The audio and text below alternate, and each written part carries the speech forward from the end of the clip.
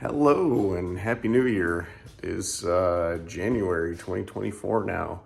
Um, it's been a while since I put a video up. Like I said, it's January, it's winter now. We've actually just gotten our first real snow here in central New York, and it's still coming down a little bit. So it's a perfect day to be in the shop and try to do some work on the Safari. As you just saw, the car is actually covered, which is kind of strange. I've never covered this car before. And I've grown to like it. I got really familiar with the car at the end of the year, due to some circumstances that ended up happening. This thing ended up being my daily driver for about a month and a half, which was totally unexpected. I did not expect to be daily driving and having to rely on that car as my only vehicle this year, this early after building it. But that happened. My truck, which is my daily driver, ended up getting totaled in August, so I was driving the Safari and my gray 944 for a while until they salted the roads. And then gray car got put away, and then I was just left driving the Safari. I probably put about 2,000 miles on it this year, which is way more than I ever expected to put on it this year. But it was good doing that because, to go to a roadkill, David Freiberger motto of don't get it right, just get it running, and then have a rolling restoration on it. That's kind of what I did with this car this year. I got it running and driving, drove it around a little bit, and then when I really had to drive it, that's when I really started working out a lot of the little kinks and stuff on it and really kind of perfecting it. It was great. It never left me stranded. I never really had any significant problems with it, which surprised the heck out of me. But there are some more things that I need to do. As you can see, there are, which way? That way, that way. I got a whole bunch of boxes of parts sitting on top of the car that are gonna go on it. I got some different rear shocks, some stronger ones. So we're gonna put those on. Hopefully that'll minimize some of the bounciness in the back. I got new inner and outer tie rods for the front because they were loose as heck, causing some wonky driving. I got a only 944 shift kit for it because the shifter is super loosey-goosey and can't have that. Finding third, especially after going from my gray car, which has the shift kit in it, to this thing, which is original worn out junk. It's really wonky shifting. I also got some lights for this thing to put on top of it, which I'll show you later. But right now we're gonna get it uncovered, get it up in the air, and I think we're gonna start working on the rear, make sure these shocks work and I don't have to return them. And then we're going to go to the front, do tie rod ends. When I do that, I will show you guys the flip kit I put in this thing for the tie rod ends into the spindle. It's pretty slick. And also when I go to put the lights on, because I got 4 off-road lights that are gonna go on the roof rack, I will do a video on how I made the roof rack and how I'm gonna put the lights on and wire that and all that stuff. So here we go.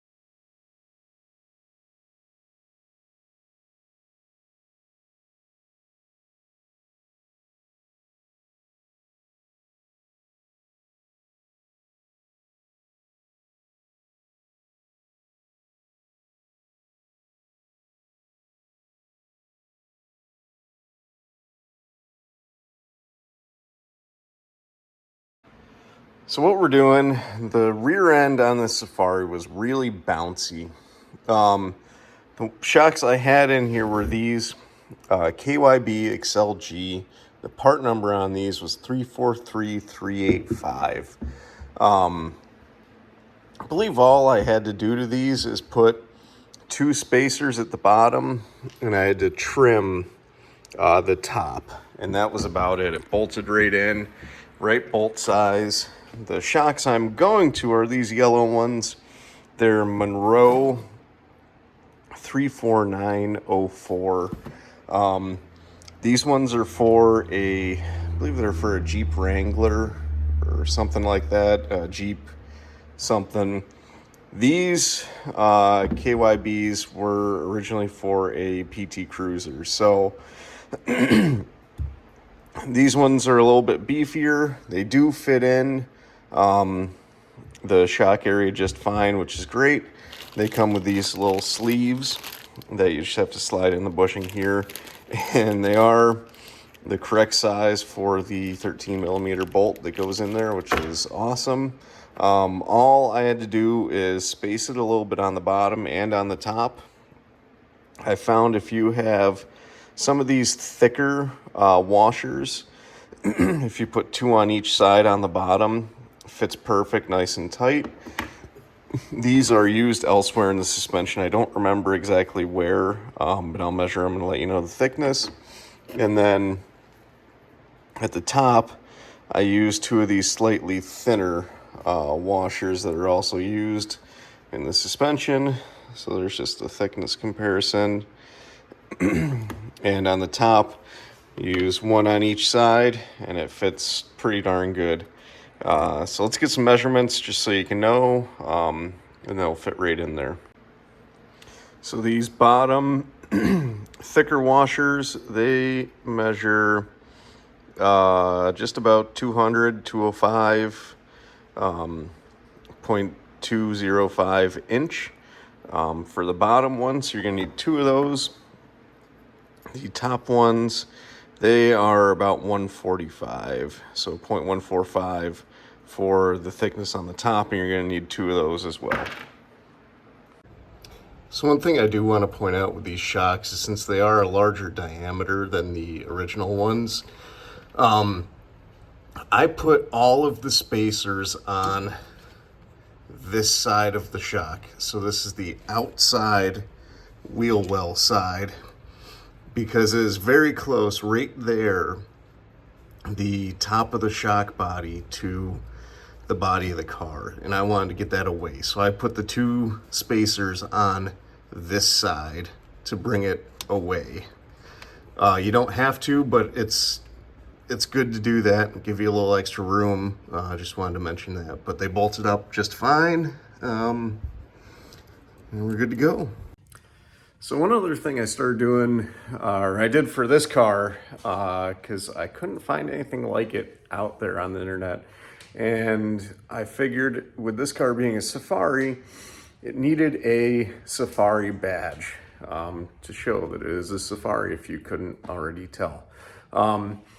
So I'm an engineer by trade. I have a lot of CAD background. So I, using the help of, looking at some other Carrera script that Porsche uses, I came up with my own Safari emblem out of the Carrera script. And with having a 3D printer and some double-sided sticky tape, I made a Safari badge. The one that is on this car is the prototype. It's not the best, but I wanted to get one on there and have it look cool. After doing that, I've perfected them. I've got the process down pretty good now. And I've been selling them online. So I'll show you the badge here right now. So here's the badge. And this 944 emblem is 3D printed as well. I did not do any finishing on this, so you can still see all the layer lines and stuff. But the Safari badge here is 3D printed. It sticks up about a little less than 1/8 of an inch. The new versions I have, the eye dot is connected so it won't get lost. But I print these. They come, I put 3M emblem tape on the back, or trim tape on the back of it. It comes ready to be stuck on your car. I sand them smooth. I clear coat them so they're protected from the elements. It won't last. And I sell these for 25 bucks, shipped right to your door if you're in the continental US. So if you're interested, send me a message or leave a comment. I also, in the Porsche 944 Safari support group, I post them on there every once in a while.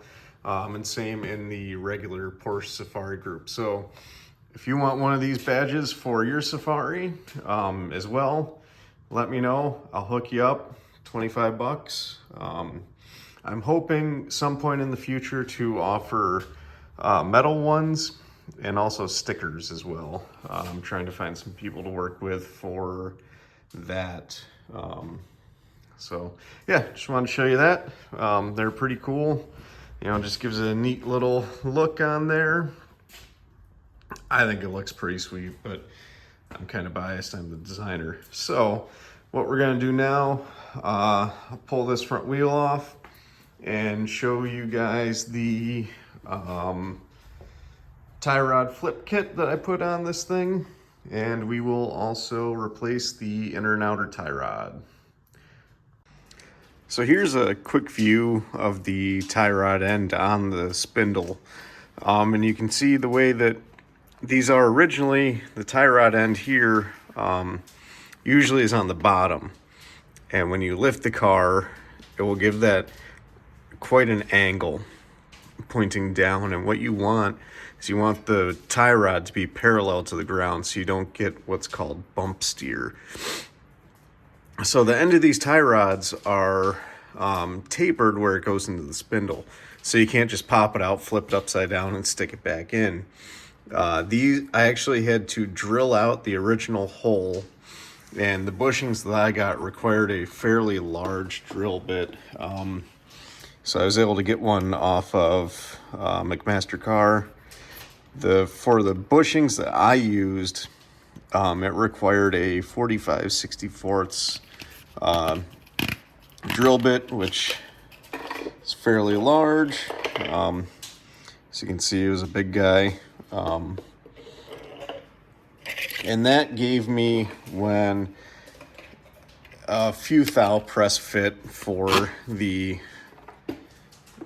bushing into the spindle after you account for, you know, wandering from the drill and stuff like that, because a drill is always going to drill oversize, especially doing it by hand. So you can see it's on top now. Once I pop this off, I'll show you the bushing that's in there. The ones that I got were from eBay. I believe there's different ones that you can get. They'll be a little bit quicker. I think it was maybe 30 or 40 bucks for the ones that I got. They came from overseas, so shipping took a long time. I think it was 3 weeks for them to get here. But what I found is, have to look into it again to be exact, but I believe it's early Beetles take the same one, so you can get a flip bushing for a Beetle. I'll put the link for the one that I bought in the description, and I'll also put a link for one for a Beetle in there as well that will work. So yeah, you just drill out the old hole, press the new one in. The one thing I would recommend that I didn't do, unfortunately, is put some Loctite on the bushing when you press it in. At the very least, some red Loctite. It'd be best if you had green, which is the bearing retainer stuff. That'll hold that in there really well, just to make sure it doesn't move. So you can also see I have a little bit of rubbing right here on the tires when I'm at full lock, turning right. And the way this thing's kind of all crinkled up in here, I don't know if this car got hit at one point or what the story is. I can see it looks like this fender has maybe been off. But But yeah, I'm just gonna bash that with a hammer and make room.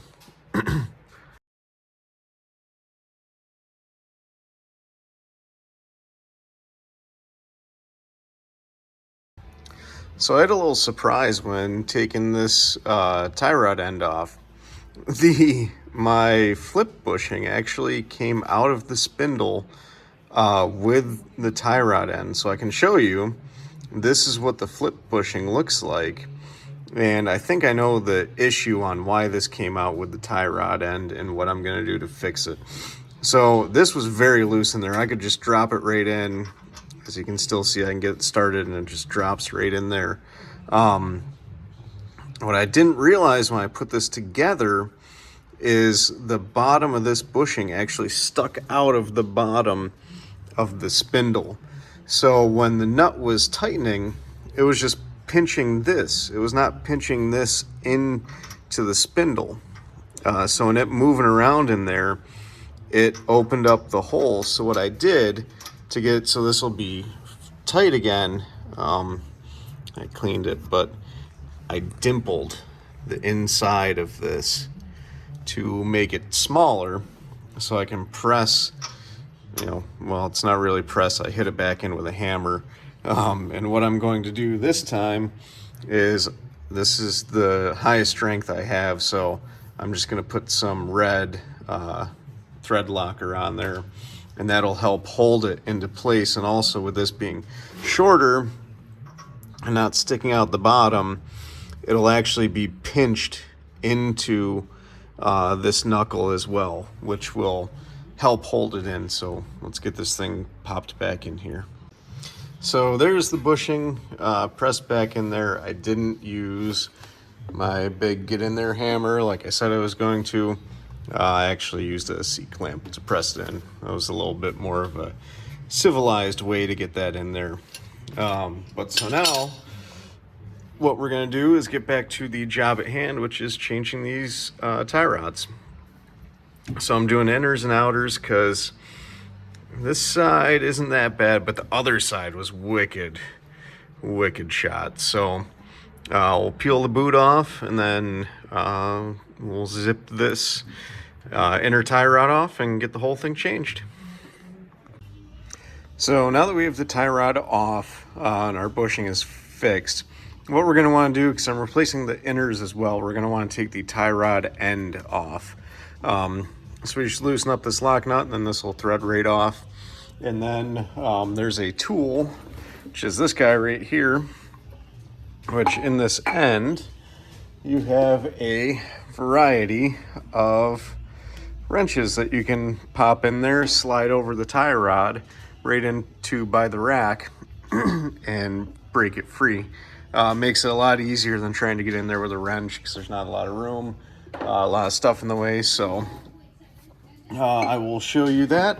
We'll get this inner tie rod off, and we'll get the outer tie rod end off, and we'll get the inner out. So our outer tie rod is off now. So we go through, this thing comes with a whole bunch of different little wrench ends. I found, let me just drop that. The one that fits the best on the inner is 1 1/4 inches. So what we do, we just slide that across the flats like that. So it's on there, you can see.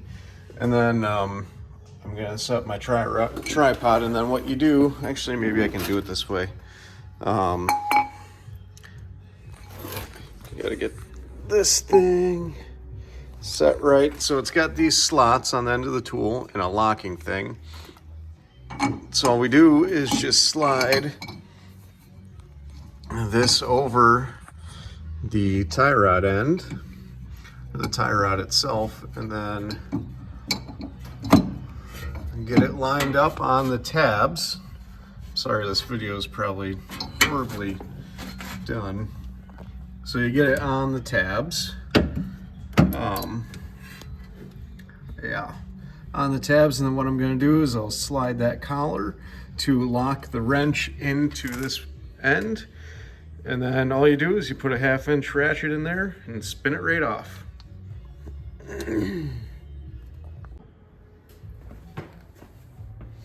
So all we do is put our ratchet in the end, and it just spins it right out.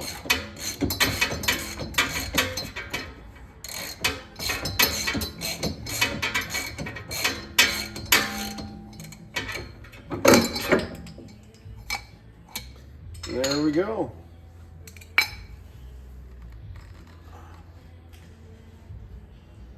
I think that might be a spacer or something that goes on there. There is our tie rod end, or our tie rod. And that's just how the little wrench part goes on there. Now we'll slide our old boot off.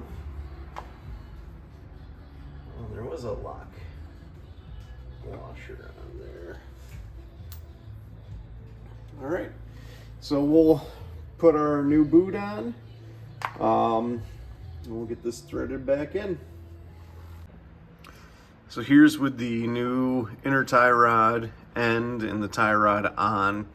It's just the reverse operation of taking it off.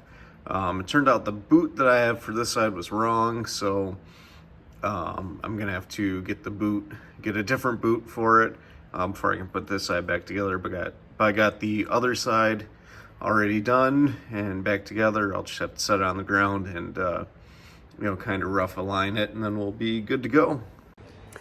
So I am hoping to put up some more videos of working on this car now that it's winter time. And I'll have a little bit more time to do stuff to it.